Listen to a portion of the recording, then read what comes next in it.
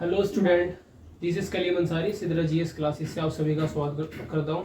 दोस्तों, हमने अपनी लास्ट वीडियो में जैसे कि इफेक्ट ऑफ वॉर देख लिया था और वहां तक हमने पूरी बातचीत जो कर ली थी और बहुत अच्छे से आपको मैंने समझा दिया था। आई होप कि आपको समझ में आया भी होगा।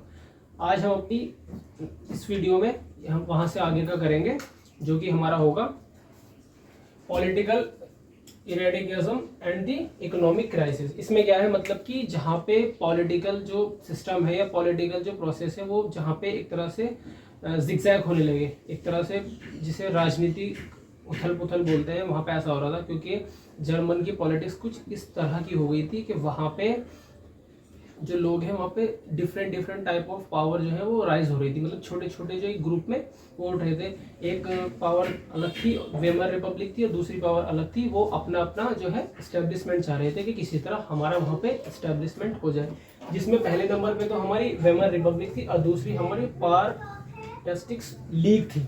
इन दोनों का ये था कि हमारा वो हो जाए, किसी तरह हमारा वर्चस्व वहाँ पे कायम हो जाए और ये जो वेमर रिपब्लिक को यहाँ से निकाल के फेंक दिया जाए। और आपने अपने बचपन में भी एक कहावत सुनी होगी कि जब कभी ऐसा होता है कि दो बिल्ली कभी रोटी के टुकड़े के लिए लड़ती हैं तो थर्ड पार्टी यानी तीसरा जो पर्सन होता है वो उसका फायदा उठा के ले जाता है। यहाँ भी कुछ इसी तरह होता है। वेमर रिपब्लिक अलग लड़ रही थी और दूसरी पार्टी अलग लड़ रही थी और इसका पूरा फायदा उठाता है हिटलर। ठीक है, इसी के साथ साथ दूसरा हमारी हेडिंग में जो है इकोनॉमिकल क्राइसिस, जिसे हम बोलते हैं आर्थिक गिरावट, कि वहाँ की इकोनॉमी में किस तरह से गिरावट आ रही थी। वहाँ पे क्या हुआ, जैसे कि आपको मैंने लास्ट वीडियो में बताया था कि जर्मनी के ऊपर डिफरेंट टाइप ऑफ एक तरह से वो लगा दिए गए थे कि तुमको किसी भी तरह से इसका जो ये खर्च हुआ है, जो नुकसान हुआ है, उसका भरपाई करनी पड़ेगी, उसका कंपनसेशन देना पड़ेगा। तो जर्मनी इससे बहुत ज़्यादा परेशान हो गई थी। जर्मनी ने बोल दिया था we are not able to pay, जबरदस्ती का जो ये पेमेंट है हम करने में जो है वो सक्षम नहीं है, किसी भी तरह से हम इसको बचना चाहते हैं। फिर उसके साथ साथ क्या होता है, जब जर्मनी में धीरे धीरे प्रॉब्लम आ जाती है, चलती रहती है, तो पॉलिटिकल क्राइसिस जो है वो एकदम अपने पीक पे पहुंच जाता है। जर्मनी को बहुत ज़्यादा प्रॉब्लम का सामना करना पड़ता है। उसमें क्या होता है, जब देखते हैं कि जर्मनी की जो हालत है वो बहुत ज़्यादा पॉलिटिकली तो खराब हो ही रही है, बल्कि इकोनॉमिकली भी बहुत ज़्यादा खराब हो रही है, तो अमेरिका क्या करता है, वहाँ पे एक मॉडल लेके आता है। अमेरिका वहाँ पे मॉडल इस्टेब्लिश करता है वहाँ के साइंटिस्ट द्वारा, और वो क्या करते हैं कि जो हमारी जर्मनी है उसकी मदद करने लगता है। एक मॉडल लेकर के आता है कि हम किसी भी तरह उसको इकोनॉमिकली स्ट्रॉन्ग करेंगे। ठीक है, लेकिन क्या होता है कि 1923 में अमेरिका जो है ये अपना एक कदम बढ़ाता है कि उसको किसी तरह जो इकोनॉमिकल डिप्रेशन से बाहर लेकर आएंगे। लेकिन क्या होता है, अमेरिका के अंदर ही इकोनॉमिकल डिप्रेशन आ जाता है, गिरावट आ जाती है, मंदी आ जाती है। एक तरह से आपने दो टर्म सुनी होंगी, एक होता है इन्फ्लेशन और होता है डिफ्लेशन। तो वहाँ पे डिफ्लेशन आ जाता है, गिरावट आ जाती है। तो फिर अमेरिका जो कि किसी की मदद कर रहा था, किसकी कर रहा था, जर्मनी की, तो जर्मनी डिपेंड था अमेरिका पर। लेकिन क्या हुआ, जब अमेरिका के अंदर ही इकोनॉमिकल क्राइसिस आ गए तो क्या हुआ, अमेरिका ने भी अपने हाथ पीछे कर लिए। वो भी एक तरह से पीछे हट गया, क्योंकि पहले तो कोई भी हो फल जो है आदमी लगाता है तो सबसे पहले अपने लिए लगाता है, बचता है तो दूसरे के लिए। तो इसी तरह की यहाँ पे सिचुएशन चलती रहती है। तो हम इसकी थोड़ी सी पहले रीडिंग करेंगे, उसके बाद आगे बढ़ेंगे। जैसा कि मैंने यहाँ पे बताया, एक मिनट मार्कर चेंज कर, जैसे कि मैंने यहाँ पे बताया political radicalism and the economic crisis. इसमें ये वेमर रिपब्लिक थी हमारी, जो एक तरह से पावर के लिए बोल रही थी कि हम अपनी यहाँ पे पावर स्टैब्लिश करेंगे, और दूसरी हमारी ये थी, ये मैं बॉक्स में कर रहा हूँ, बहुत अच्छे से समझ में आएगी, स्पार्टिज्म लीग। ये दोनों किसी तरह से अपनी जो है वो पावर को स्टैब्लिश करने के लिए बहुत ज़्यादा वो कर रहे थे।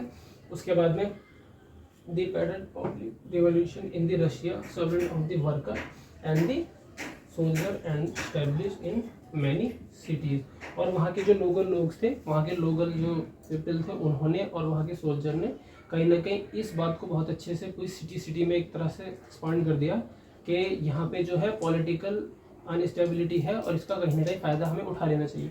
फिर इसी के साथ हमारी ये दूसरी शुरू थी, जैसा कि मैंने आपको बताया था 1923 में जर्मन रिफ्यूज टू पे and French occupy lead industrial area German print paper currency. उसमें क्या होता है, जब जर्मनी के ऊपर अलग अलग टाइप के टैक्स लगा दिए गए और जर्मनी उनको पे करने में मतलब एबल नहीं था, वो कर नहीं पा रहा था, तो उसने क्या किया, इस इकोनॉमिकल डिप्रेशन से निपटने के लिए उसने क्या किया, पेपर करेंसी स्टार्ट कर दी। उसने कहा कि अगर जो यहाँ पे हमारे यहाँ पे बहुत ज़्यादा मंदी आ रही है तो हम एक काम करते हैं कि पेपर करेंसी छाप लेते हैं, नोट थोड़े से छाप लेते हैं, और जब नोट आएंगे तो कहीं ना कहीं हमारी इकोनॉमी को पुश मिलेगा। लेकिन जैसा कि आपको बताया है, अगर इतना आसान होता, ये नोट छापने का पूरा प्रोसेस क्या है इसको हम इकोनॉमी की क्लास में डिटेल से बताएंगे, लेकिन मैं यहाँ भी इतना बता दूँ। अब आप एक बात बताइए, अगर किसी नेशन में, कोई भी देश हो, अपने ही देश का एक एग्जांपल ले लीजिए, अगर किसी देश में ऐसा हो कि पैसों की कमी हो, मंदी हो पैसे की, तो क्या वहाँ के राजा जो है वो किंग ऑर्डर करेंगे बैंक को, सेंट्रल बैंक को, कि आप बहुत सारा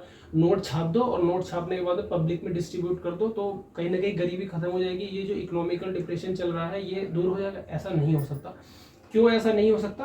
क्योंकि अगर मार्केट के अंदर पैसों की फ्लो ज़्यादा हो जाएगी तो कहीं ना कहीं फिर डिमांड पे दिक्कत आ जाएगी, क्योंकि पैसे तो हमारे पास होंगे लेकिन डिमांड, हमारे पास चीज़ों की जो डिमांड है वो बहुत ज़्यादा बढ़ जाएगी, इस वजह से कीमत बढ़ जाएगी। तो फिर क्या होगा, जब चीज़ों की कीमतें बढ़ जाएंगी तो लोग, जो गरीब लोग हैं, उसको खरीद नहीं पाएंगे। तो कहीं ना कहीं ये जो डिप्रेशन था ना, ये हाइपर डिप्रेशन, ये जो इन्फ्लेशन जो था वो हाइपर इन्फ्लेशन बन जाएगा, और इसकी सिचुएशन का सामना कहीं ना कहीं पूरी जनता को करना पड़ेगा। इससे आगे क्या है, ये मैंने बताया कि जर्मनी के इंडस्ट्रियल एरिया वगैरह पे वो कर दिया गया, तो जर्मनी ने वहाँ पे पेपर करेंसी को प्रिंट कर दिया था। उसके बाद में क्या होता है, value of the German worker fell, this known as the hyperinflation. इस पूरी कंडीशन को बोलते हैं हाइपर इन्फ्लेशन।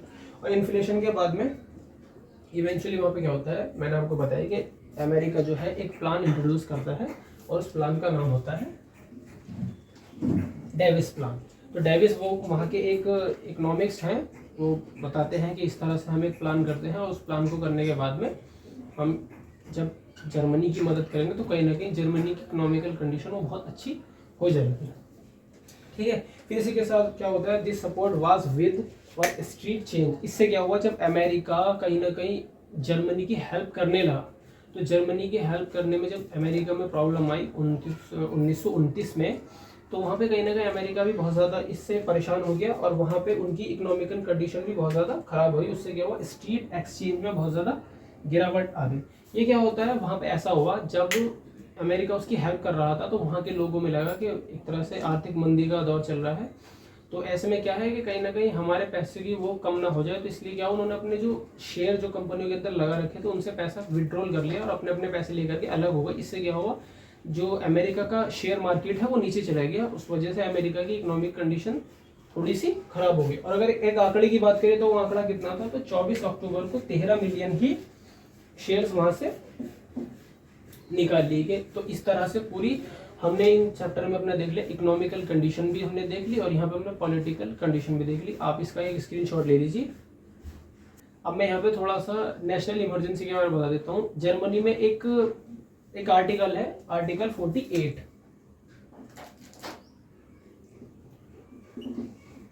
आर्टिकल 48 इसके थ्रू क्या होता है कि जर्मनी में जो है नेशनल इमरजेंसी लग जाती थी, मतलब कि आम जनजीवन ठप।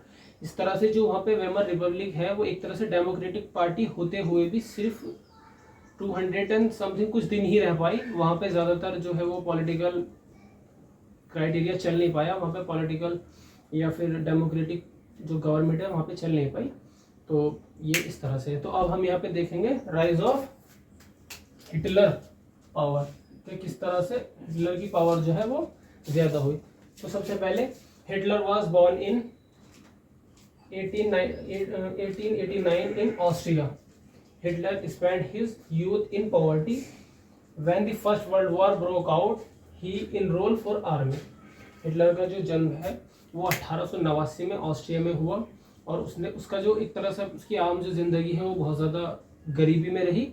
और गरीबी में रहने के बाद जब फर्स्ट वर्ल्ड वॉर स्टार्ट हुआ तो उसने इनरोल किया, एक तरह से वहाँ की आर्मी में एंटर किया और फर्स्ट वर्ल्ड वॉर लड़े। और फर्स्ट वर्ल्ड वॉर हारने के बाद में वहाँ पे क्या होता है, एक वर्साई की ट्रीटी होती है। वर्साई की ट्रीटी होती है 1919 में।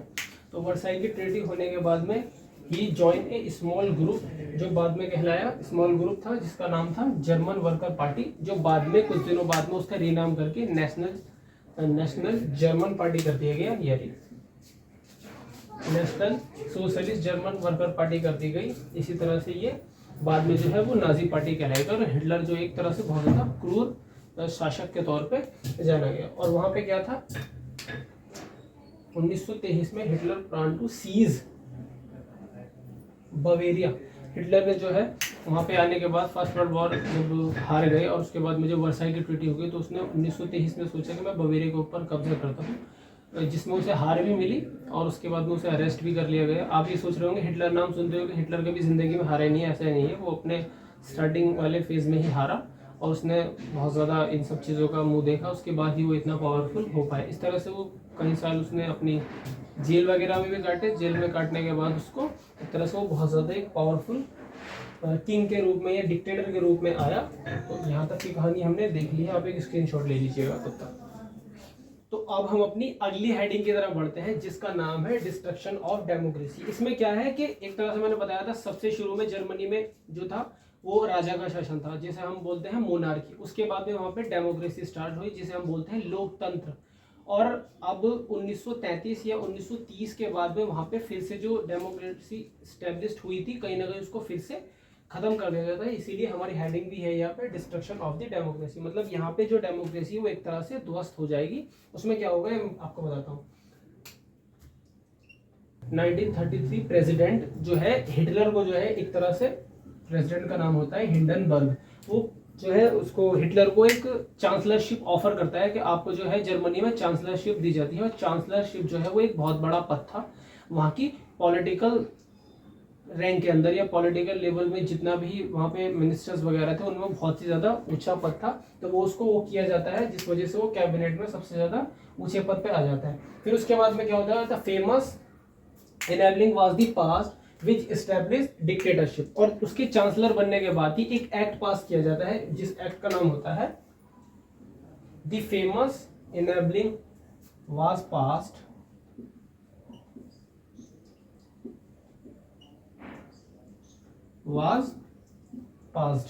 उसको पास किया जाता है। उसके थ्रू क्या होता है कि वहां पे जर्मनी का एक तरह से डिक्टेटर उसको डिक्लेयर कर दिया जाता है कि अब जो है जर्मनी के अंदर हिटलर वहां का तानाशाह होगा। उसमें फिर क्या होता है, वहां पे जब इस तरह से ये तानाशाह बन जाता है तो ये एक तरह से एक इकोनॉमी को सही करने के वादे करता है कि जर्मनी में जितने भी प्रॉब्लम है, जितने भी इकोनॉमिकल इश्यूज हैं, मैं उन सबको दूर करूंगा। कहीं ना कहीं आपको एम्प्लॉयमेंट की दिक्कत है, मैं वो भी प्रोवाइड कराऊंगा। कहीं ना कहीं पॉवर्टी के इशू है, वो भी मैं दूर करूंगा। मतलब ओवरऑल किसी भी तरह से मैं जर्मनी को एकदम सही करके दिखाऊंगा और वहाँ की जो पॉलिटिकल या इकोनॉमिकल कंडीशन है उसको बहुत अच्छे से मैं करके दिखाऊंगा। तो वो कुछ इंडस्ट्री को इस्टेब्लिश करता है, वहाँ पे इंडस्ट्रीज लगाता है, उससे थोड़ा रोजगार बढ़ता है, उसकी वजह से वहाँ की इकोनॉमिकल कंडीशन जो है वो बहुत अच्छी हो जाती है। लेकिन हिटलर क्या करता है, बहुत जल्दी वो बोलता है कि आप मुझे जो है वो वॉर कर देना चाहिए, बिकॉज उसको फर्स्ट वर्ल्ड वॉर की जो पूरी कहानी थी वो बहुत अच्छे से वो देख चुका था और वो कहीं ना कहीं बहुत ज़्यादा गुस्से में था कि जैसे ही मौका मिलेगा तो इस जो अपनी खोई हुई ग्लोरी है उसको किसी भी तरह वापस लाएंगे। तो वो सोचता है कि ये टाइम अच्छा है। लेकिन जो वहाँ उसका जो इकोनॉमिक्स होता है, जो उसका अर्थशास्त्री होता है, जिसका नाम होता है हेजलमर सेंट,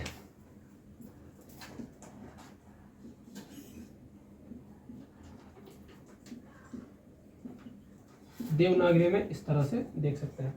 तो उसका नाम था, वो बोलता है कि जैसी जर्मनी की जो कंडीशन है इस टाइम पे वॉर वगैरह करना ठीक नहीं है, बिकॉज जो जर्मनी की इकोनॉमिकल कंडीशन है वो बहुत ज़्यादा अच्छी नहीं है।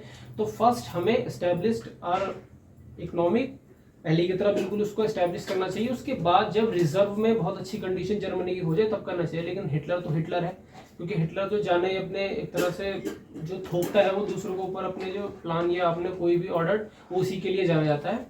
तो वो क्या करता है, उसको इकोनॉमिक्स को ही बोलता है कि नहीं आपका काम नहीं है, आप मुझे नहीं बताओगे। मतलब कहीं ना कहीं इकोनॉमिक्स की बात को नकार देता है और अपनी मनमानी करता है। तो इस तरह से जो हिटलर जो है वो फैसला कर लेता है कि अब वर्ल्ड वॉर सेकंड किया जाएगा और अपना किसी तरह से वो बदला लिया जाएगा। तो फिर क्या होता है, जैसे कि मैंने बताया था फर्स्ट वर्ल्ड वॉर में 2 पावर थी, तो इसी तरह से यहाँ पर भी 2 पावर थी, जिसमें जर्मनी के साथ में तुम्हारा जापान भी था और ये सब इटली वगैरह मिलके एक ग्रुप में थे, और अमेरिका, फ्रांस वगैरह, रशिया और ब्रिटेन वगैरह ये सब एक उसमें थे।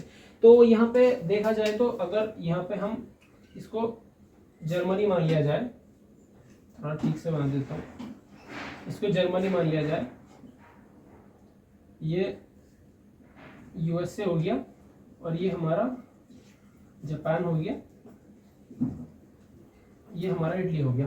तो इस तरह से ये इतनी पावर होती है। ये सेकेंड वर्ल्ड वॉर के लिए तैयार हो जाएगा। तो इसमें एकदम यूएसए का तो जो पॉइंट ऑफ व्यू है एकदम क्लियर होता है, क्योंकि वो फर्स्ट वर्ल्ड वॉर के एक्सपीरियंस देख चुका था। वो बोलता है देखो हम तो वॉर वगैरह के लिए बिल्कुल भी तैयार है नहीं, वॉर वगैरह तो हम चाहते नहीं, बिकॉज इससे बहुत ज़्यादा इकोनॉमी में भी फर्क पड़ता है और कहीं ना कहीं सोसाइटी में भी इसका बहुत ज़्यादा नेगेटिव इम्पैक्ट पड़ता है, इसलिए वो इसके लिए तो तैयार है नहीं। लेकिन ये क्या होता है कि जो ये जापान है ये अमेरिका के ऊपर एक हमला कर देता है। तो जब अमेरिका के ऊपर ये हमला करता है, अमेरिका बोलता है भाई हम पहले ही अनाउंस कर चुके हैं कि हम इस चीज़ में शामिल नहीं है, लेकिन फिर भी हमारे ऊपर कर दिया गया। तो इस तरह से ये जो हमारा यूएसए है ये कहीं ना कहीं फैसला करने के बारे में सोचता है कि अब कहीं ना कहीं इसका जो है वो रिवेंज का जवाब दिया जाए, किसी भी तरह से बदला अपना लिया जाए। तो अभी अमेरिका की बात को हम थोड़ा यहाँ पे रोकते हैं यहाँ सब, क्योंकि ये सबसे लास्ट वाली और सबसे ज़्यादा इंपॉर्टेंट और बिग पावर थी, तो इसके बारे में भी हम थोड़ी बाद में बात करेंगे। सबसे पहले हम जापान को देख लेते हैं थोड़ा सा। तो जापान क्या करता है, अब रशिया ये सब तो स्ट्रांग उसमें चली रहे हैं, तो यहाँ पे इटली जो था वो इतना वीक था, उसके मतलब वो तो एक तरह से उनके साथ था कि बोलते ना एक तरह से कि जब कोई पावरफुल नेशन साथ चल रहा है तो उसके साथ साथ कोई ना कोई थोड़ा बहुत हो जाता है।